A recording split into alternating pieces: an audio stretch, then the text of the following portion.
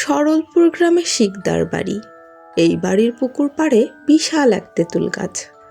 তেঁতুল গাছ ঘন ঘন ডালপালা আর চিকন পাতায় ভরা, যে কারণে দুপুরবেলায়ও তেঁতুল গাছ গাঢ় অন্ধকারে ঢেকে থাকে। এই তেঁতুল গাছে 4টি ভূত বাস করে। একটি ভূত খুনখুনে বুড়ো, তার আসল নাম ভূত, কিন্তু চমৎকার সব গল্প জানে বলে তাকে সবাই গল্প দাদু বলে ডাকে।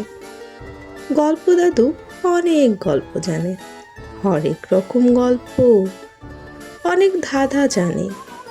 চুইংগামের সঙ্গে পান মিশিয়ে খেতে খেতে সে গল্প বলে, বাচ্চাদের নতুন নতুন ধাঁধা ধরে। বাকি 3টা বাচ্চা ভূত।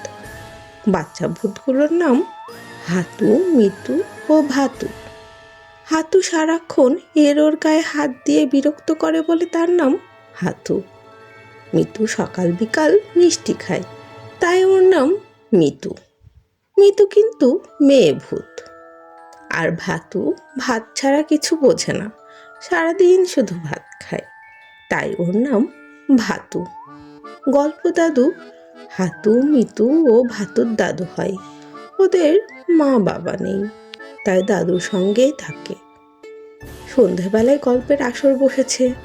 মিতু আজ 2 হাতে 2টি কালো জাম নিয়ে এসেছে। কালো জাম মিতুর খুব পছন্দ। কে যেন বলেছিল মিষ্টি খেলে বুদ্ধি হয়। সেদিন থেকে মিতু মিষ্টি খায়। তার অনেক বুদ্ধি লাগবে, কারণ অনেক বুদ্ধি ছাড়া ক্লাসে ফার্স্ট হওয়া যায় না।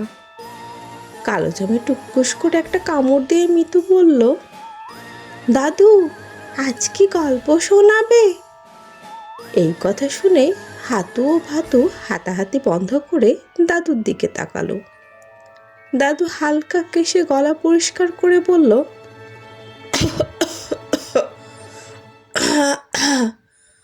আজ তোদের একজন ছড়াকারের গল্প শোনাবো।